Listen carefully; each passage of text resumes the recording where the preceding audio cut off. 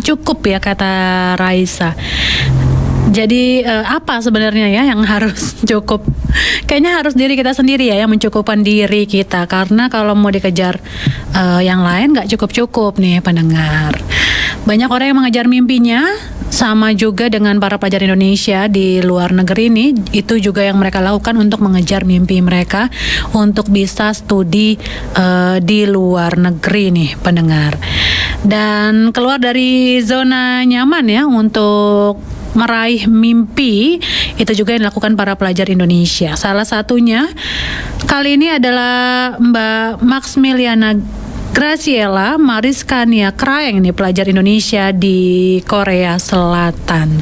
Sudah tersambung dengan Mbak Gracie. Aku nanti tanya ya panggilannya apa nih ya, yang sedang studi nih di Busan, Korea Selatan dalam program Study Abroad Around the World. Halo Mbak, apa kabar?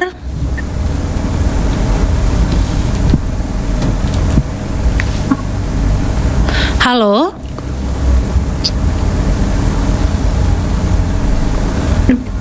Halo. Nah, ini dia. Baru kedengaran suaranya nih. Apa kabar, Mbak?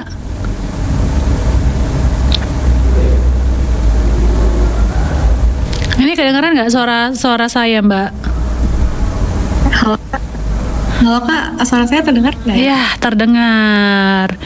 Nih aku panggilnya Mbak siapa nih? Mbak Max? Enggak, panggilannya Sheila Kak. Panggilannya Sheila. Sheila ya. Gimana kabarnya nih, Mbak Sheila? Kabarnya baik. Cuacanya lagi agak dingin sih sekarang karena kan masuk winter. Betul. Tapi karena di Busan nggak ada salju, jadi masih oke lah, bisa dibilang oke cuacanya. Oke. Jadi cuaca oke nih, dan Mbak Sheila di Busan mungkin boleh cerita di sana ambil studi apa dan sudah berapa lama? Saya di Busan udah mau hampir 4 bulan. Pertama kali datang tuh sekitar bulan Agustus akhir gitu. Jadi saya di Busan sedang kuliah di Kyungsung University. Namun karena masih belajar bahasa Korea sebenarnya, jadi masih dalam program kelas bahasa seperti itu Kak. Oke, di Kyungsung University ambil studi apa, Mbak Sheila? Kyungsung University ngambil jurusan Global Business Administration. Oke, ini Global Business Administration dan baru 4 bulan, jadi masih belajar bahasa Korea. Ini wajib ya Mbak ya? Emang bahasa pengantarnya bahasa Korea ya atau bahasa Inggris? Sebenarnya untuk jurusan saya itu bahasa pengantarnya bahasa Inggris. Tapi karena sebagai salah satu syarat untuk tinggal di Korea itu kan harus ada sertifikat topik. Jadi topik itu kayak IELTS-nya bahasa Korea gitu. Nah, untuk mencapai sertifikat, untuk dapat sertifikat topik itu makanya harus belajar dulu bahasa Koreanya. Jadi itu seperti program wajib. Oke, ini berapa lama untuk pelajaran bahasanya?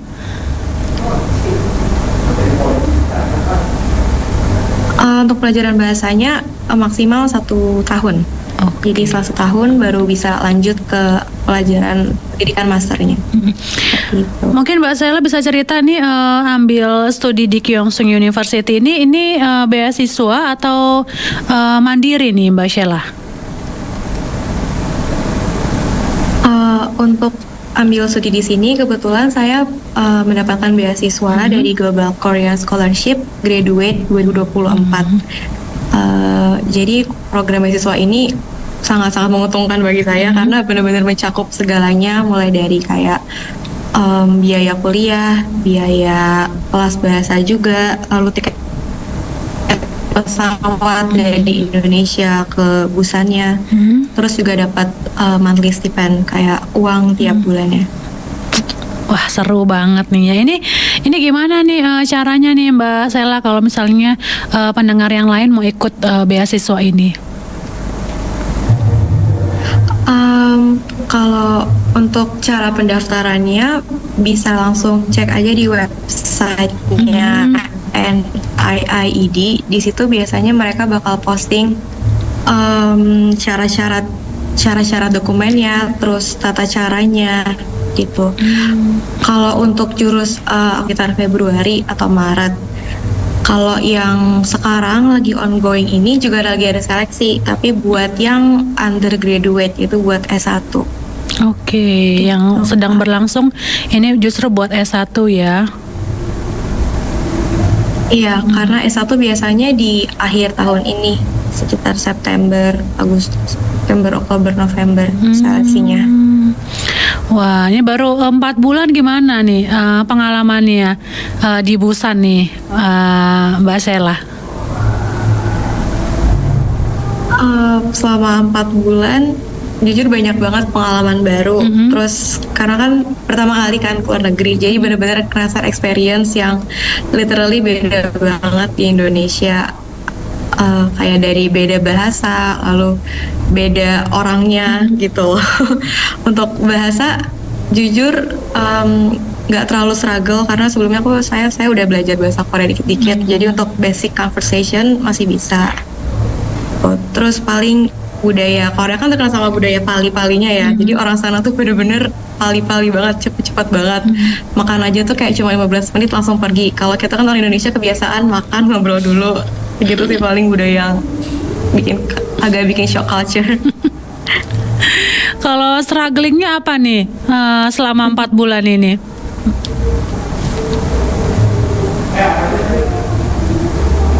Kalau strugglingnya sih,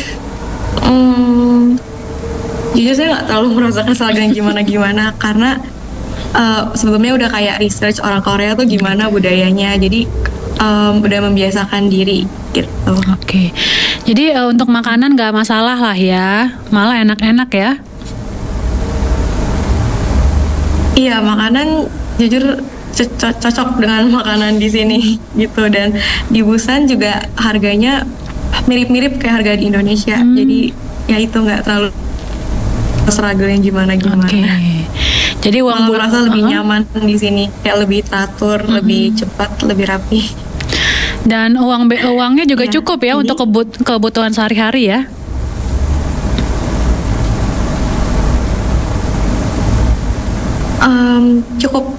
Cukup kalau dipas-pasin. Jadi cukup kayak bukan yang untuk tiap hari makan di luar juga, jadi kayak harus ada yang masak, harus ada yang makan di luar seminggu sekali gitu. Oke.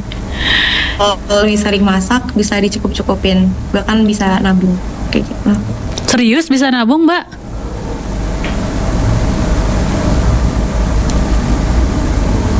Kalau saya bisa sih, Kak.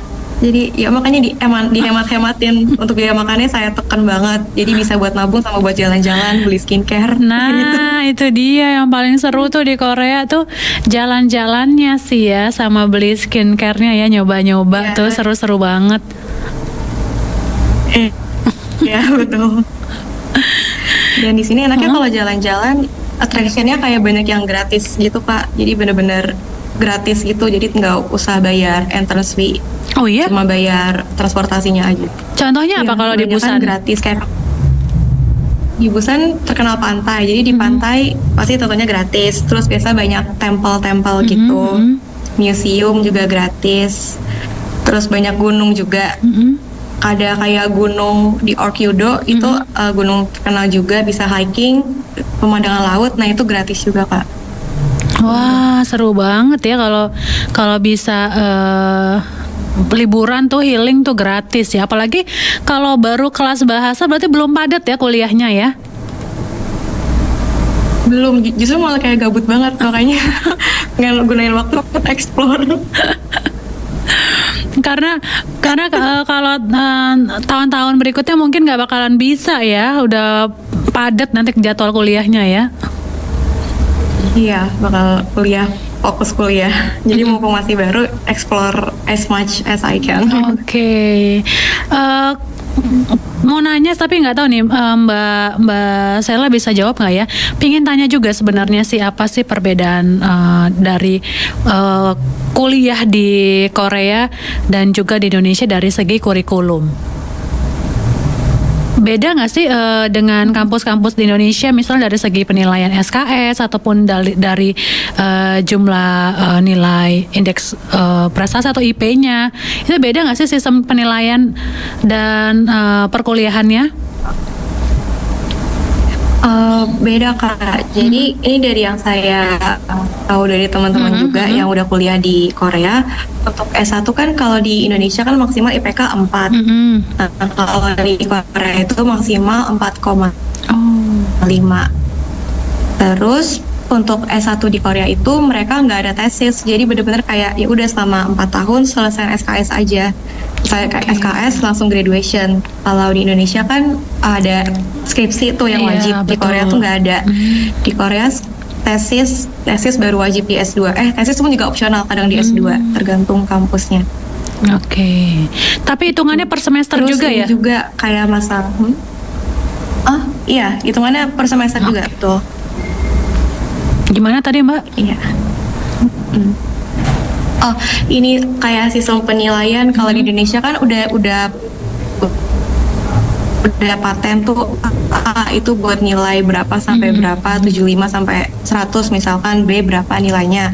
Nah, kalau di Korea ini sistem ABC-nya itu nilainya dihitung dari rata-rata tiap kelas gitu. Jadi bener-bener misalkan yang rata-rata kelasnya itu paling tinggi 75, ya udah yang 75 sampai 70 rentangnya ada nilai A, di bawahnya nilai B kayak gitu. Jadi bisa tiap matkul bisa beda-beda. Oh, seru banget itu ya penilaiannya.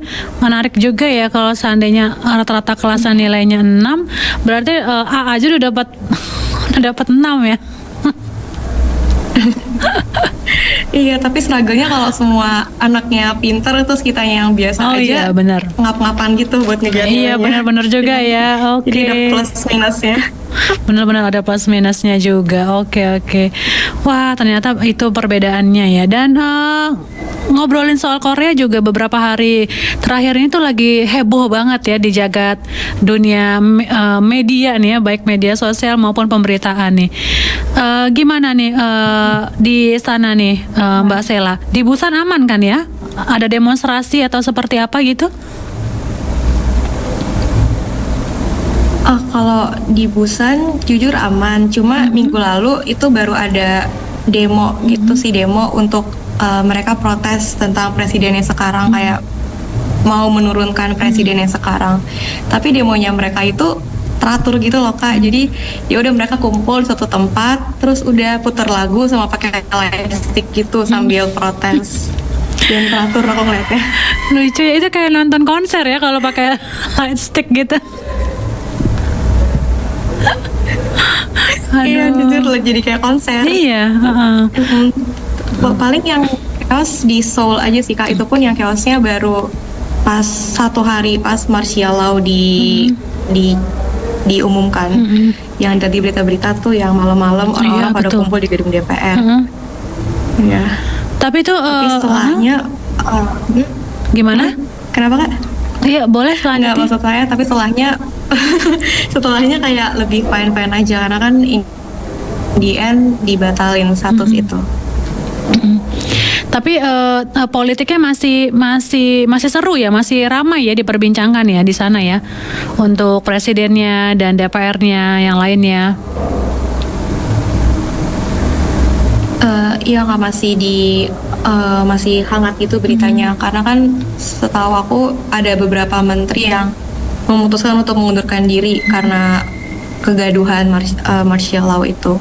Oke. Terus sempat ada voting juga kan dari anggota DPR, katanya mau nurunin si presidennya, cuma ternyata nggak jadi karena tetap karena kan presidennya kan punya partai ya, partainya dominan, ya pasti partai dominan bakal tetap dukung presiden sekarang, jadi nggak jadi diturunin.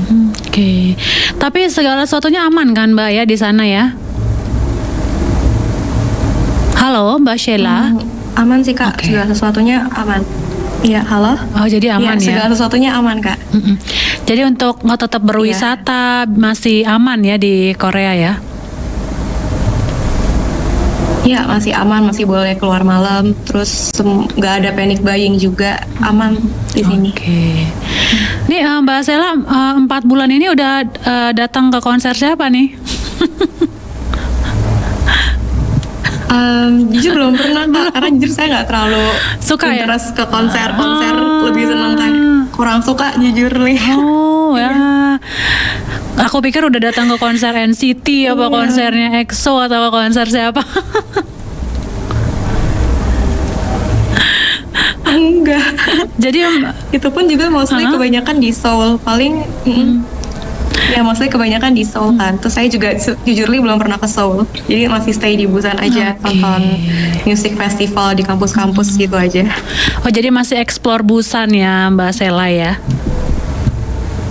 Iya Kak Dora. Oke, Mbak Zela terima kasih waktunya nih udah ngobrol bersama kami ya. Sukses untuk studinya nih, sukses untuk seru-seruan di Busan nih. Wah, kayaknya harus kepoin IG Mbak Zela ya karena penasaran nih ya Busan secantik apa ya.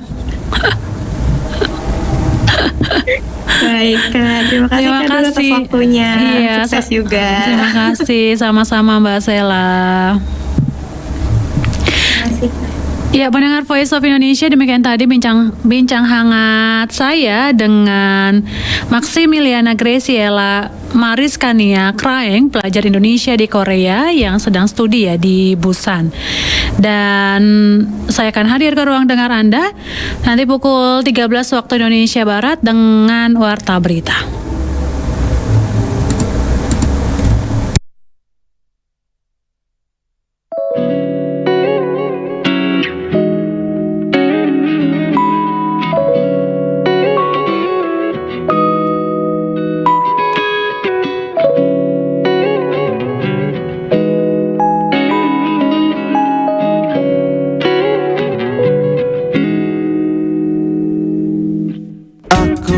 Kehabisan cara untuk jelaskan padamu mengapa sulit untuk lupakanmu. Aku kehabisan cara untuk gambarkan padamu kau di mata dan di pandanganku.